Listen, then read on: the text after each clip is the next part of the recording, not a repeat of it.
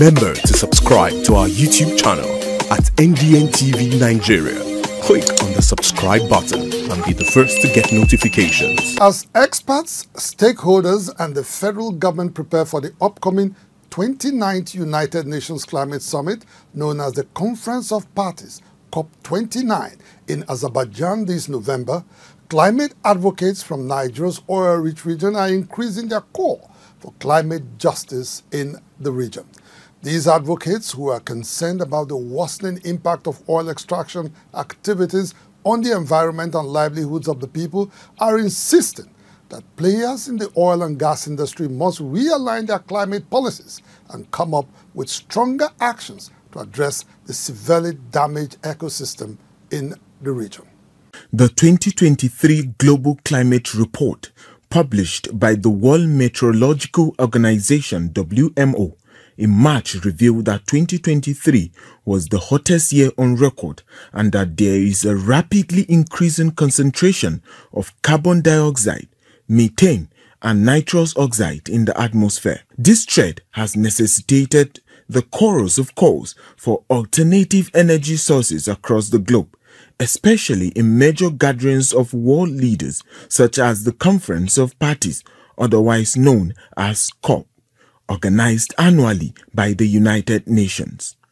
There is a consensus of aspirations that as the world prepares for another Conference of Parties in Azerbaijan, COP29, which kicks off from November 11, 2024, countries across the world must show more commitment and be deliberate in their engagements and actions to meet the mounting challenges posed by human activities on climate conditions. Nigeria, a country of over 200 million people and one of the biggest producers of crude oil in Africa, is not left out of this troubling weather condition and environmental concerns. In the last decade, the country has witnessed increased sea level rise that has led to serious flooding and fluctuating rainfall, as well as higher temperatures and land degradation, amongst many others.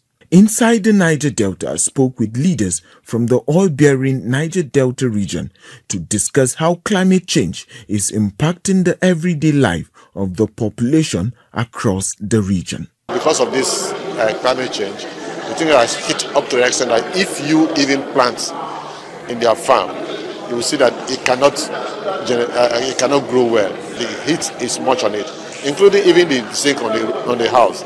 If you check in the local villages, you'll find that the zinc is rusting out easily.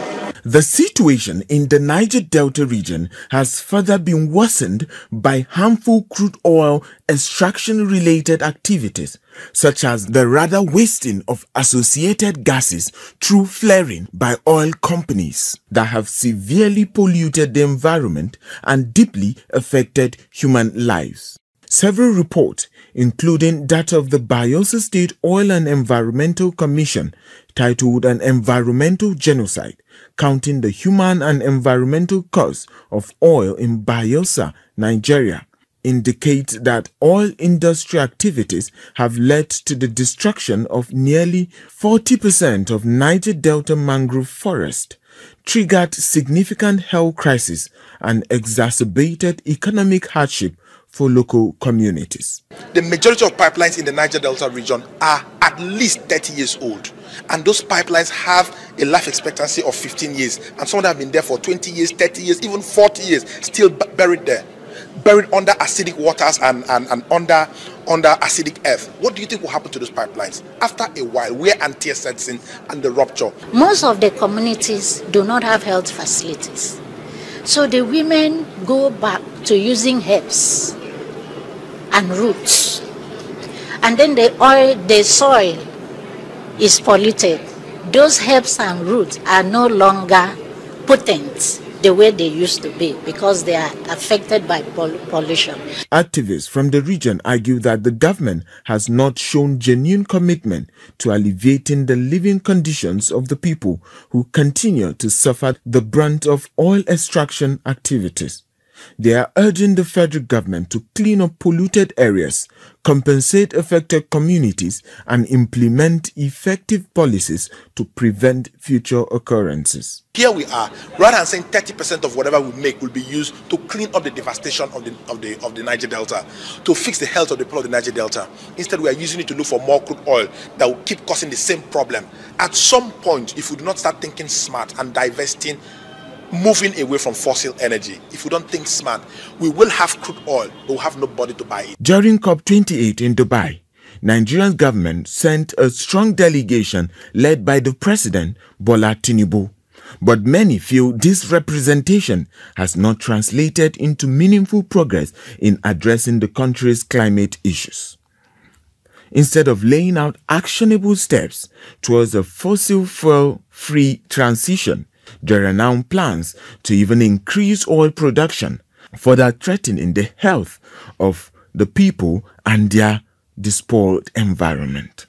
Observers stress that Nigerians' leaders must avoid the cycle of attending international conferences without producing concrete outcomes.